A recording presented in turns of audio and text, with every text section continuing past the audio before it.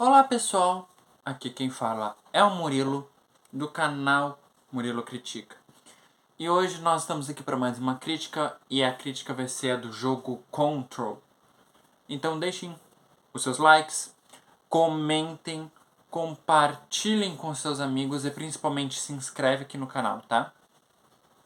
Bom, primeiramente vamos adentrar a crítica, que de fato é de um jogo que muitas pessoas não conhecem, assim.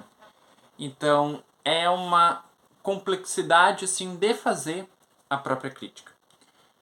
E, para quem não sabe, Control é um jogo eletrônico, é um jogo de videogame com muita ação e com, digamos, certas inovações nesse gênero de jogo. E ele também é em terceira pessoa e retrata sobre uma história um tanto quanto que confusa. Eu digo confusa porque eu, Murilo Critica, não entendi muito bem sobre a história. E é uma coisa complicada de se entender de fato qual é a história do Control. Porque a gente tem uma personagem que é a Jessie Faden, né? Que ela vai passar por uma experiência traumática na infância e que ela vai buscar, teoricamente, uma explicação pelos dons dos seus poderes sobrenaturais e vai procurar justamente essas respostas no Departamento de Controle, que é uma agência governamental lá, que ela é bem tipo um molde de uma agência secreta que vai estudar as ocorrências desses fenômenos que são sobrenaturais. Não é um jogo, assim, de fato, que eu entro e falo, é terror. Não é terror. Tem elementos de terror, jump scare, que é a mesma temática que eu falo aqui lá de Doutor Estranho, Multiverso da Loucura. Doutor Estranho, Multiverso da Loucura não é um filme de terror, ele tem elementos de terror, jump scare. E Control é a mesma coisa. Control não é de terror, é de ação e aventura, com uma história single player, sem online, sem modo online, né, no caso. E as temáticas de Control, metalinguagem, como eles utilizam para explicar de fato toda a narrativa da história, mesmo que seja muito confuso às vezes, é bastante plausível. Principalmente com a explicação, não é bem explicação, mas a temática do ruído e da bipolaridade entre o irmão da Jessie Faden, e o que é o Dylan Faden, e da própria Jessie, são uma representação muito antagônica um do outro. Essa parte eu de fato gostei de explorar na história. Isso sem falar da DLC do Alan Wake, né, que eu joguei. E sinto que, posso estar falando besteira, mas sinto que eles pertencem de fato ao mesmo universo. Alan Wake e a Jessie Faden, tá? São dois jogos diferentes e sinto ainda que estão criando um universo compartilhado de videogame.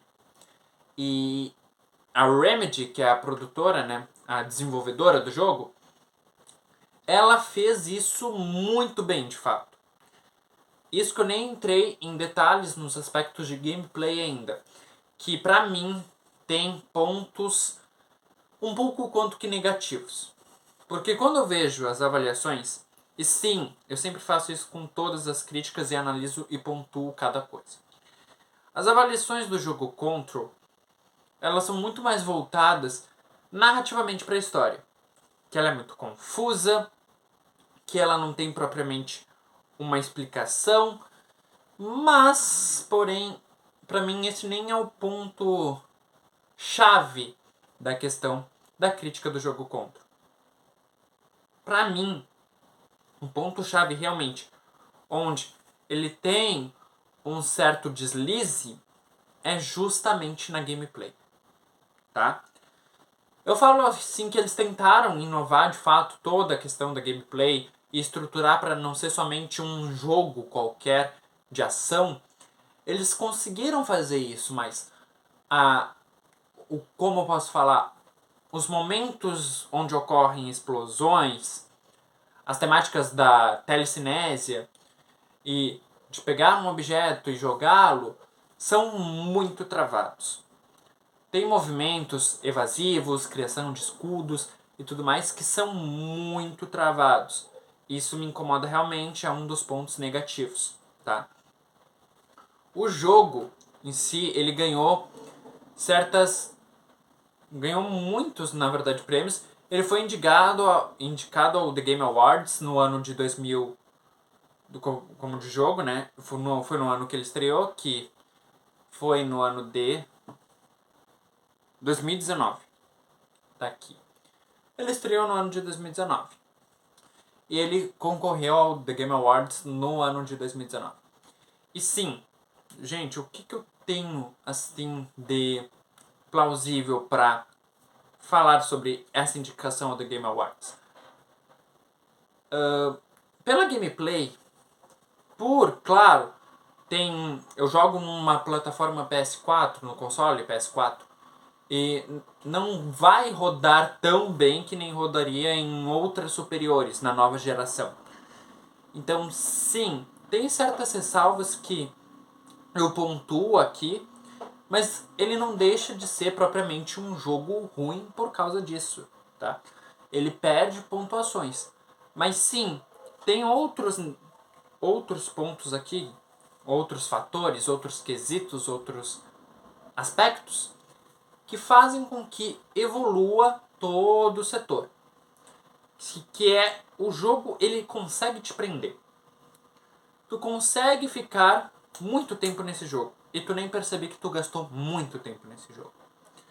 Porque a história, a questão dos oponentes, mesmo que muitas vezes eles sejam até fáceis de derrotar, muitas das vezes, tipo, quando tu evolui gradativamente no game, e aí tu tem que ter uma noção de, tu tem que fazer as missões secundárias para de fato conseguir evoluir no game, para chegar nas principais e tipo ser a coisa mais fácil do mundo de passar.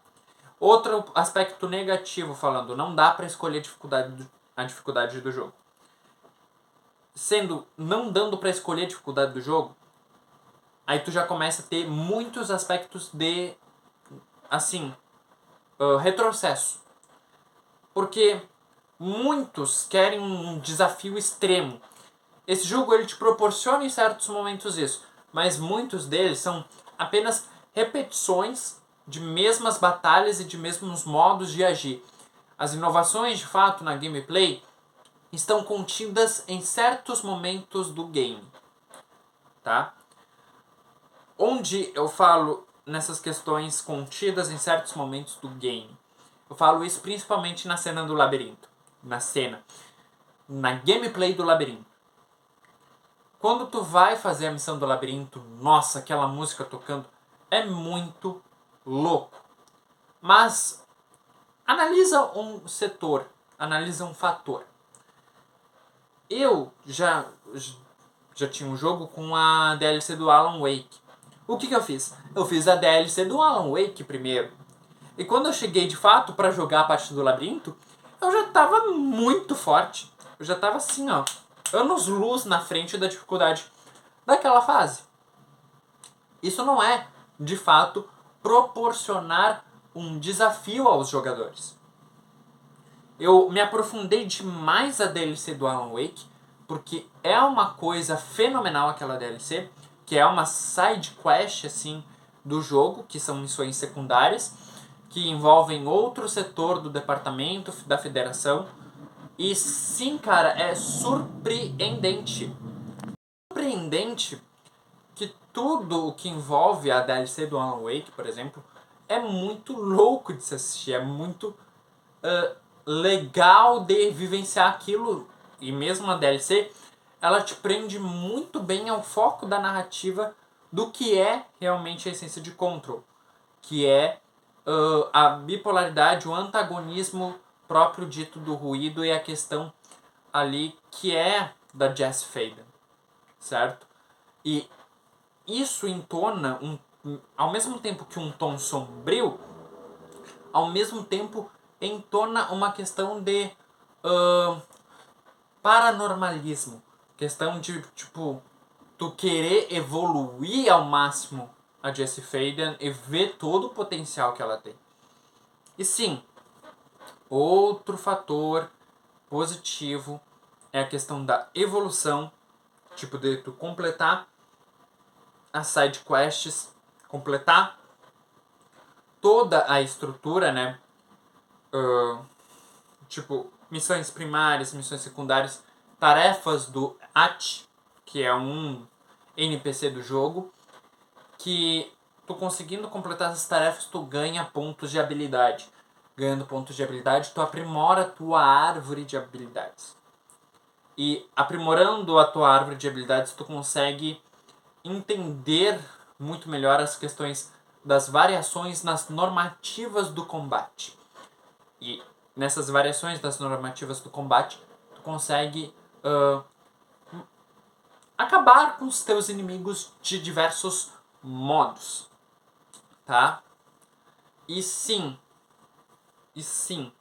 esse jogo ele tem aspectos, como eu já falei, que me incomodam, que é a questão do travamento, das explosões, da telecinésia, que muitas vezes é bugada, querendo ou não. E isso é doloroso dizer isso, mas de fato perece com que toda essa questão, né, essa estrutura tenha decréscimo em sua nota. Por isso aqui, ó, eu vou já encerrando, dando um encerramento de fato para essa crítica de Control. Esse jogo, analisando todos os meus papeizinhos aqui, ó, tem um papelzinho de todas as críticas que eu já fiz. E analisando as de todos os jogos e de tudo o que eu já critiquei até então, envolvendo essa questão avaliativa chamada jogos, ele se encaixa acima de Star Wars Jedi Fallen Order, ele se encaixa acima de The Quarry e eles não está no mesmo nível, nunca equipara-se ao nível de The Last of Us e nem chega aos pés de uma obra-prima que é Batman Arkham Knight. E sim, esse game ele vai receber uma nota 8,9. Pelas questões que eu já falei nesse vídeo. Ele tem uma história, mesmo que confusa, faz com que tu se adentre ao universo Control e que tu entenda ele profundamente. Foi uma palavra muito retórica, Murilo, tem que trocar. E que tu se insira nele muito profundamente. Não entenda. Porque, tipo, mesmo tentando entender, mesmo tentando buscar as histórias, as próprias opiniões são muito divergentes. Então, assim, observa pela tua primeira experiência o jogo. O jogo ele vai te trazer pela primeira experiência. E digo mais, se tu jogar novamente, tu vai encontrar coisas que tu nem encontrou na primeira vez que tu jogou. E sim, por exemplo, eu joguei 2 vezes já o jogo e eu não tinha encontrado a DLC do Alan Wake, que é no outro setor do departamento. E quando eu percebi isso logo no começo do jogo, e eu me adentrei de fato a DLC do Alan Wake, eu percebi, nossa, se eu soubesse isso na primeira vez que eu joguei, eu não tinha passado tanto trabalho. Então, ó, uma dica que eu dou pra vocês. Se antenem nas missões secundárias, se antenem nas DLCs, porque elas vão te fazer evoluir e muito para as missões primárias. Tanto é que o nível de dificuldade desse jogo eu diria que está no fácil, depois que eu percebi que ele é um jogo baseado em fazer as secundárias para ir para as primárias e vencer na vida, né? E, encerrando aqui, com uma nota 8,9 de 10. E eu vejo vocês, vou encerrando aqui, deixem seus likes, comentem sobre o que vocês acham do jogo, compartilhem com seus amigos e Se você tá aqui ainda, se inscreve no canal. Pelo amor de Deus, se inscreve que a gente vai chegar aqui aos 100 inscritos logo de uma vez, eu acredito.